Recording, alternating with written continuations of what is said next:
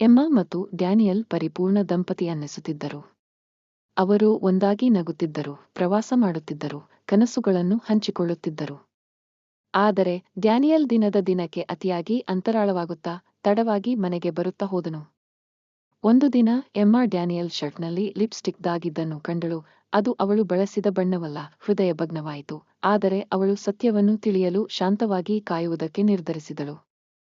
ಒಂದು ಸಂಜೆ Emma Daniel ಅವರನ್ನು ಹಿಂಬಾಲಿಸಿ ಒಂದು ರೆಸ್ಟಾರೆಂಟ್ ಬಳಿ ತಲುಪಿದಳು. ಅಲ್ಲದೆ ಅವರು ಇನ್ನೊಬ್ಬಳೊಂದಿಗೆ ನಗುತ್ತಾ ಮಾತಾಡುತ್ತಿದ್ದನ್ನು ನೋಡಿ ಕಣ್ಣೀರಿನಿಂದ ಹೊರಟುಬಿಟ್ಟಳು. ಅಂತಿಮವಾಗಿ ಎಮ್ಮಾ ಡ್ಯಾನಿಯಲ್ ಅವರನ್ನು ಸತ್ಯವನ್ನು ಕೇಳಲು ಎದುರಿಸಿದಳು. ಮೊದಲಿಗೆ ಅವನು ನಿರಾಕರಿಸಿದರೂ ಫೋಟೋಗಳನ್ನು ತೋರಿಸಿದಾಗ ಅವನು ಒಪ್ಪಿಕೊಂಡನು.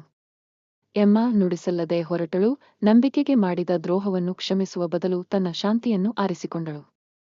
ಎಮ್ಮಾ ಹೊಸ ಜೀವನವನ್ನು ಆರಂಭಿಸಿದಳು, ಇನ್ನಷ್ಟು ಶಕ್ತಿವಂತಳಾಗಿ, ಆತ್ಮವಿಶ್ವಾಸದಿಂದ. ಅವಳು ಒಂಟಿಯಾಗಿ ಪ್ರವಾಸ ಮಾಡುತ್ತಿದ್ದಳು, ತನ್ನ ಸ್ವಾತಂತ್ರ್ಯವನ್ನು ಮೆಚ್ಚಿಕೊಂಡಳು ಮತ್ತು ಒಳಗಿನ ಶಾಂತಿಯಲ್ಲಿ ನಿಜವಾದ ಸಂತೋಷವನ್ನು ಕಂಡುಕೊಂಡಳು.